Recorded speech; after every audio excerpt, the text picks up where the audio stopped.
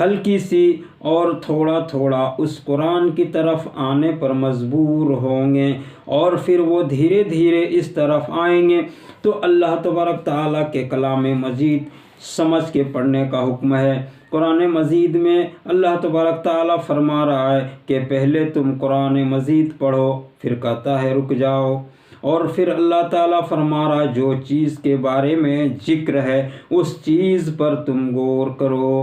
کہ جن چیز ذکر آ رہا ہے اس پر غور کرو۔ جیسے اللہ تبارک تعالیٰ نے فرما رہا ہے کہ جو پرندے آسمان میں اڑتے ہیں صفحے باندھ کے، تو اللہ تبارک تعالیٰ کہہ رہا ہے کہ اسے کون روکتا ہے آسمان، کھلے آسمان میں؟ اللہ تعالیٰ کہہ رہا ہے کہ ہم اس کو روکتے ہیں، صفحے باندھ کے جو پرندے اڑتے ہیں اس کو ہم روکتے ہیں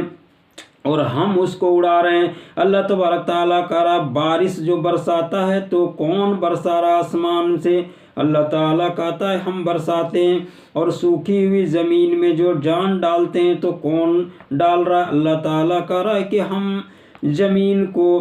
گیلا اور اس میں جان ڈالتے ہیں۔ اور جو چیز اناج انسان بوتے ہیں زمین پر تو اس کو کون اگاتا ہے؟ اللہ تبارک تعالیٰ کہہ رہا ہے اس کو اگانے والے ہم ہیں۔ اور پھر کہہ رہا اللہ تبارک تعالیٰ کہ جب ہم بارش کو بھیجتے ہیں تو یوں ہی بارش کو نہیں بھیج دیتے، بلکہ اس کے پہلے ہوا بھیجتے ہیں تاکہ لوگوں کو معلوم ہو جائے کہ بارش آنے والی ہے،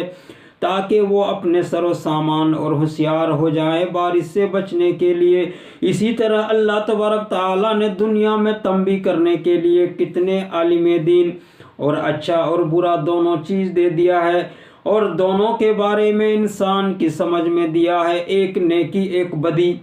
آپ نیکی کی طرف جائیں گے تو آپ اچھائی پائیں گے، بدی کی طرف جائیں گے تو آپ کو عذاب ملے گا، اور بچنا یہ انسان کے اختیار میں ہے، جو چاہے بچے اور جو چاہے نہ بچے، پھر آخرت میں اس کا حساب و کتاب ہوگا۔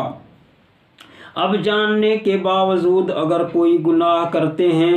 دین سے ہٹتے ہیں یا بے دین کی طرف جاتے ہیں تو اس کی دوہری عذاب ہے۔ اس لیے ہم لوگ کو چاہیے کہ اس کلام مجید کے اوپر ایمان رکھیں اور اللہ کے رسول صلی اللہ علیہ وسلم کی سنت پر گامزن رہیں، اور جہاں تک ہو سکے صراط مستقیم پر چلیں،